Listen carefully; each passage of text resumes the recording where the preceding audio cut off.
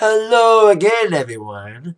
Thicke Attack is here at my Atakline for this Monday, February 24th, 2014. Let's kick it off with DJ Thicke Attack news. When it comes to my gig, I had only one gig this past weekend, a Friday night gig, first special needs dance of 2014. It was a superhero princess dance, kind of like a Super Bowl snowball family dance Super Bowl weekend, but it was for special needs this time around. And being the first one in a while, since November, I thought we'd be a lot more people. But I think the weather held a lot of people out, but still, decent attendance, decent time. Because I've always said about special needs dances. And I'm one of them, because I have Asperger's syndrome. Slight form of autism. They're always fun no matter what. Like, it doesn't matter how many people show up, it's always a fun night, and it always will be fun. And it was no exception this past Friday. It was a fun night. Line dances walked to perfection. I even played a couple of songs I don't play often, like Blur the Lines. I haven't played those special needs, and Tricky too. They both walked with the crowd. So the fun night on Friday night. I have another gig on this Friday night, the 28th. Haverhill Elementary family dance, like the snowball dance, but like a family dance for Haverhill Elementary. That's this Friday night. So there you go. Now, with your number one movie in America, can't believe I'm saying this, third week in a row, the Lego Movie reigns the number one again for the third week in a row. It is going to be a sequel. Lego Movie sequel was greenlit for 2017. Makes sense. It's 3 weeks of number one. And 3 Days to Kill, Kevin Costner movie, beat Bombay in the box office, as Bombay was a big bombity bomb. Well, let's say this. It didn't make as much as everybody expected, because I saw a lot of commercials for both movies. I thought Bombay was going to beat 3 Days to Kill. But 3 Days to Kill, with Kevin Costner, got the victory as number 2. But still number 1, like I said, third week, Lego Movie. Now, on with the biggest celebrity news of the day that just came in, just as I was about to make this attack line. This news just came out just about 20 minutes ago about Robin Thicke and his wife, Paula Patton, singing a song together. Not the song that everyone knows, won't think of. But Robin Thicke and Paula Patton are singing to each other. D-I-V-O-R-C-E. Yep, they're divorcing after 8 years of marriage. Well, maybe Paula Patton was insulted by Blue Lines after all. After last year's Blue Lines controversy with the video, Paula Patton stood by her man. Now, Nicola, tell you my neck references. Sorry. You know, the divorce reference, and now Paula Patton was standing by her man. Another came my neck reference to a song, Stand By Your Man. Stand By Your Man. But they apparently divorced today. She probably is insulted. But according to a statement they released today, they say, we will always love each other and be best friends. However, we have mutually decided to separate at this time. Oh, they're not divorced. They're separated. Well, it could lead to divorce eventually. But at least right now, they're not really divorced. They are separated. There's been a lot of infidelity rumors with Robin Thicke, especially, like I said, last year. But now, beginning of this year, he kind of was seen outside of a bar with somebody else. So maybe that kind of led to the separation. But as of right now, Robin Thicke and his wife Paula have split when it comes to separation. I thought they were divorced, but not divorced. They're just separated right now. But it could eventually lead to divorce. Now, on with the biggest music news of the past weekend involving Kiss.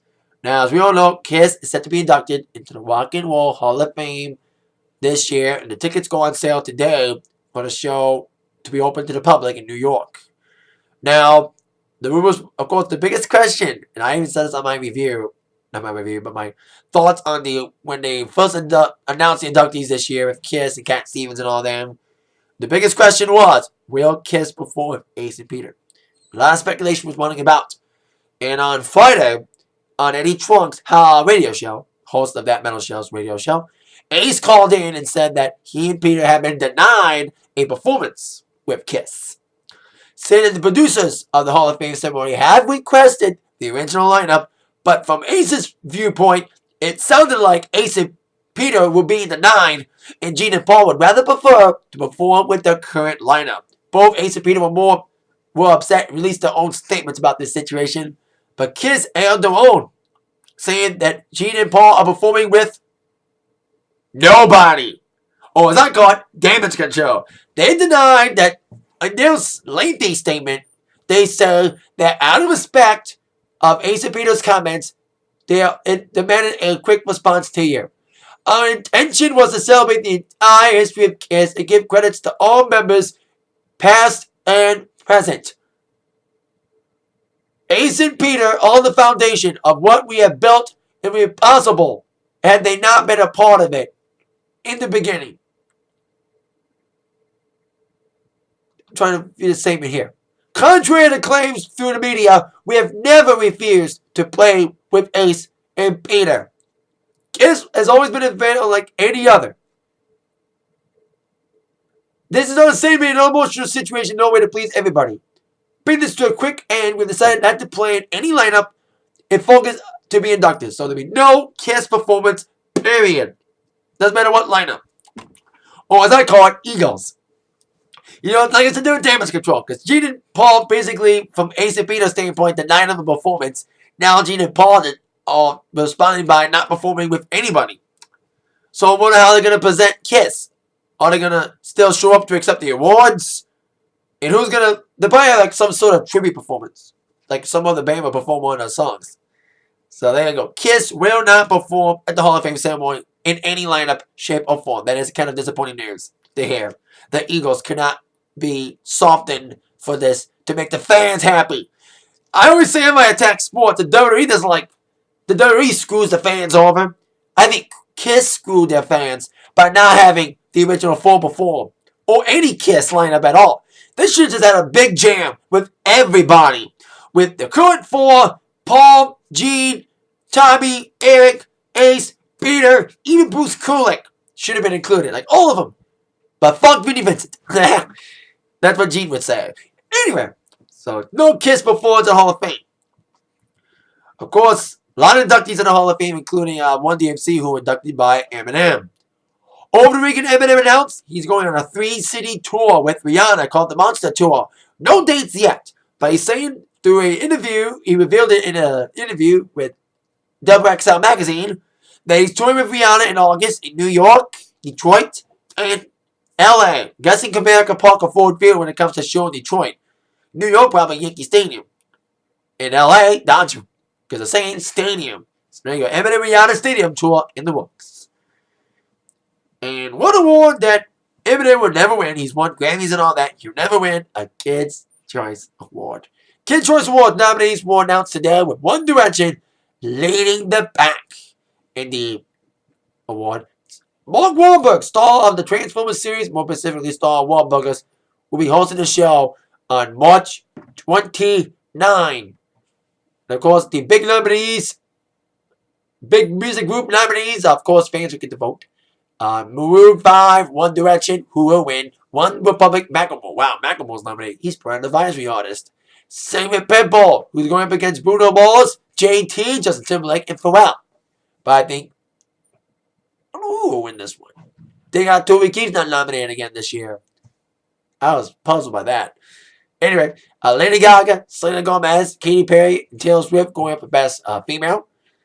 When it comes to Best Movie, we got Hunger Games, Iron Man, Oz, Great and Powerful, Smurfs 2, probably Smurfs 2, this is Kids' Choice after all. But we got other big categories for kids, so there you go. Kids' Choice Award nominations announced, hosted by Mark Wahlberg, of course, on March 29. Too bad Modern's not up for Best TV Show. That sucks that Modern Family's not up for Best TV Show. Well, it's Kids' Choice, so there you go. I shall end with some movie news. When I was younger, there was a movie called Space Jam with Michael Jordan in it. Now I'm hearing them trying to make Space Jam 2 with LeBron James. That's what the rumors are flying at. They're making Space Jam 2 with LeBron James. That'd be weird to see that. LeBron James probably can't act, you know. So we'll see if that comes to fruition. Space Jam 2 starring LeBron James. I'll be very interested to see that, but it'd be weird. It'd be weird with LeBron and Space Jam 2 if they ever make it. That is it for the Attack line for this Monday. See you all later. With that in mind, you've all been attacked by the news from Zach. Thank you again for watching. See you later. Yeah.